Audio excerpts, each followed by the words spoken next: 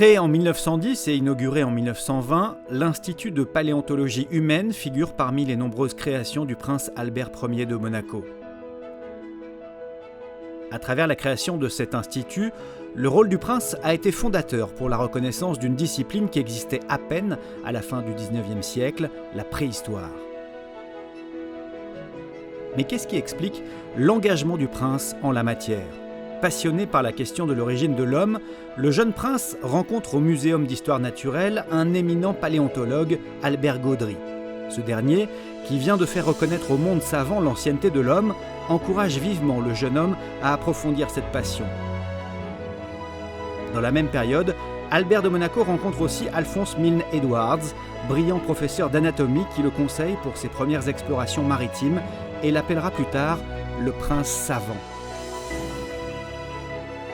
Nous sommes à une époque où les révélations de Darwin troublent les esprits. Le concept de l'évolution, bien loin de la tradition biblique, est une idée qui passe très mal.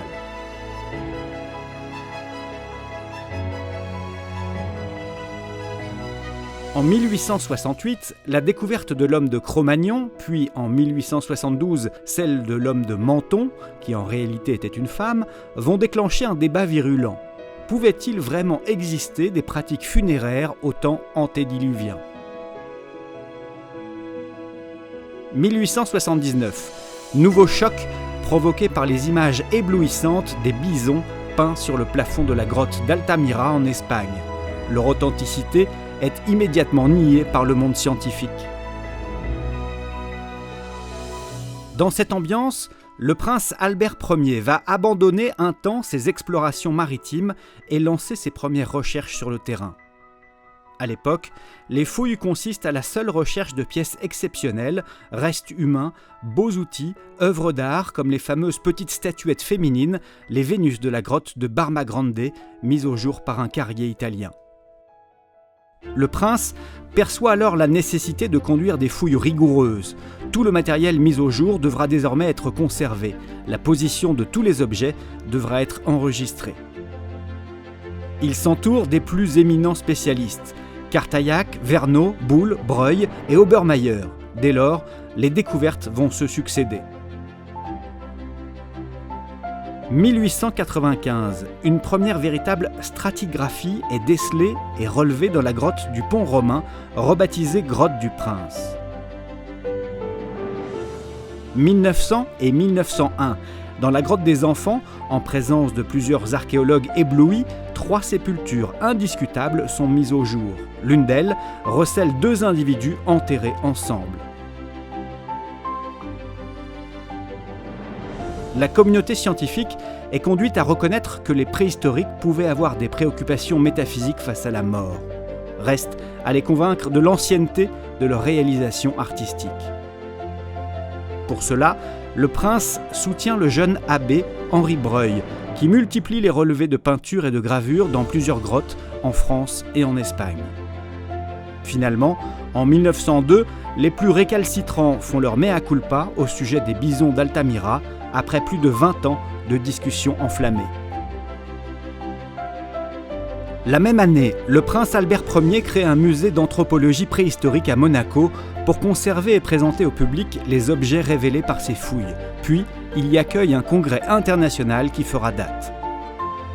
En 1909, déplorant qu'il n'existe toujours pas de véritable laboratoire de recherche pour ces domaines en plein essor, le prince commande à l'abbé Breuil et à Marcellin Boulle la conception d'un institut dédié à la paléontologie humaine.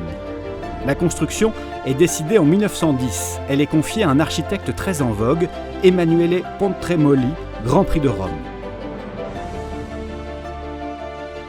Les façades et la décoration le seront à un autre Grand Prix de Rome, le sculpteur marseillais Constant Roux. Tous les détails des aménagements et de la décoration sont voulus par le prince qui a entièrement financé les travaux. Ce bâtiment exceptionnel, dont le style est à la transition entre art nouveau et art déco, est doté de tous les équipements nécessaires à la recherche, à la conservation des collections et à la diffusion des connaissances. Le 23 décembre 1920, le prince Albert Ier inaugure l'Institut de paléontologie humaine en présence du président de la République française, Alexandre Millerand. Cet institut va devenir le vaisseau amiral de la recherche préhistorique en France, déployant ses antennes aux 4 coins de la planète. Un siècle après sa création, il conserve sa vocation internationale, pluridisciplinaire, avant-gardiste et indépendante, voulue par son fondateur.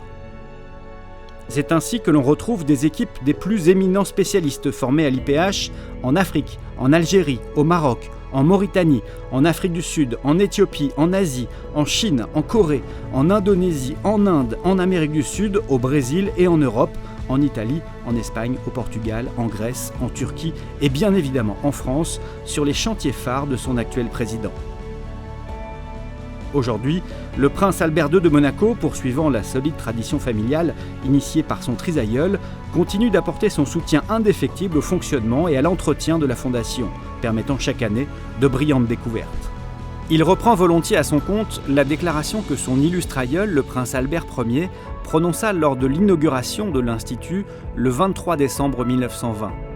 C'est pour aider l'anthropologie à franchir les barrières qui la séparent de la vérité complète que je fonde l'Institut de paléontologie humaine en lui donnant toute l'indépendance nécessaire pour conduire notre esprit vers la lumière. Et je confie ses intérêts à des hommes qui servent la science avec une sincérité capable de développer sa force et de protéger sa marche contre l'influence des interventions passionnées.